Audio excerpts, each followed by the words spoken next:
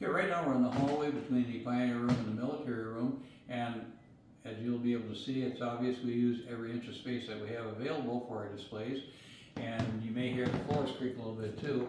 The display over here in this area is our Native American display of things that came from Martin County, and Jim was primarily responsible for putting that display together, so I'm going to let him talk about it.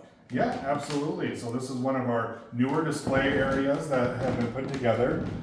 These are Native American artifacts, many of which either originated here in Martin County or were brought in through travel and trade.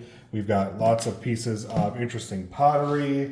We've got birch bark baskets. Again, these were things that would have been created here or brought here by the Dakota tribe and other tribes that were in the area. We've got some great arrowhead collections.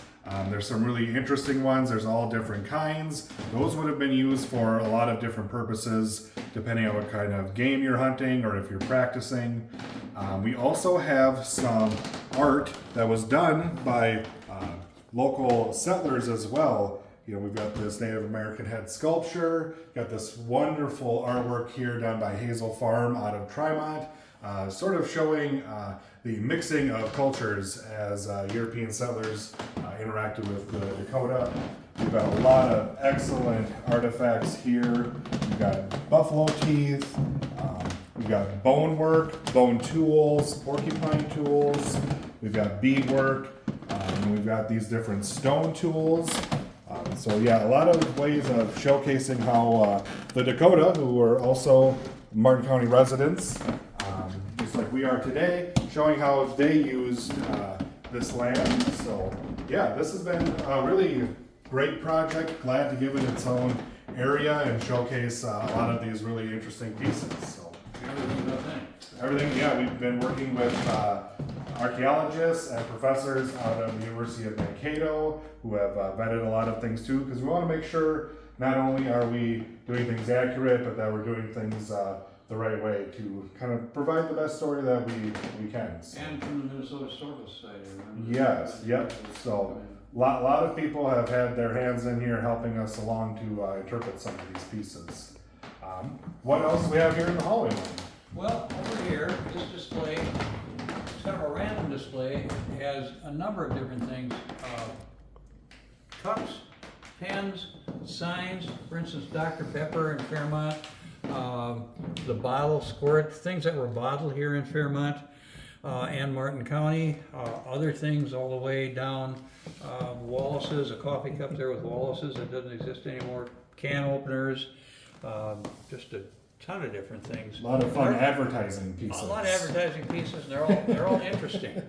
They all relate to some aspect of the history of Martin County and the business history of Martin County. Sure. Then over here, this is kind of representative of what this building was, St. Paul's Convent School. Yeah. Kind of gives a little bit of a history there. And of course, this plaque says the building was the convent school from 1918 to 1954.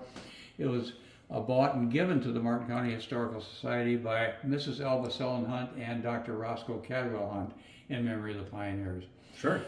They literally bought it from the Catholic Church and donated it to the Historical Society. Yeah. And then last, just a variety of different dolls. All sorts of different kinds of dolls that were donated and on display. I'm sure they have lots of stories from all the times they were played with throughout the years.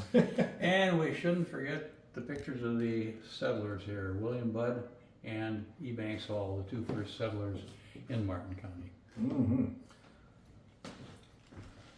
Yeah, lots of history. Like you said, it's trying to use every inch, every nook and cranny to get out our collection. So, and to make what we think are nice displays. Absolutely.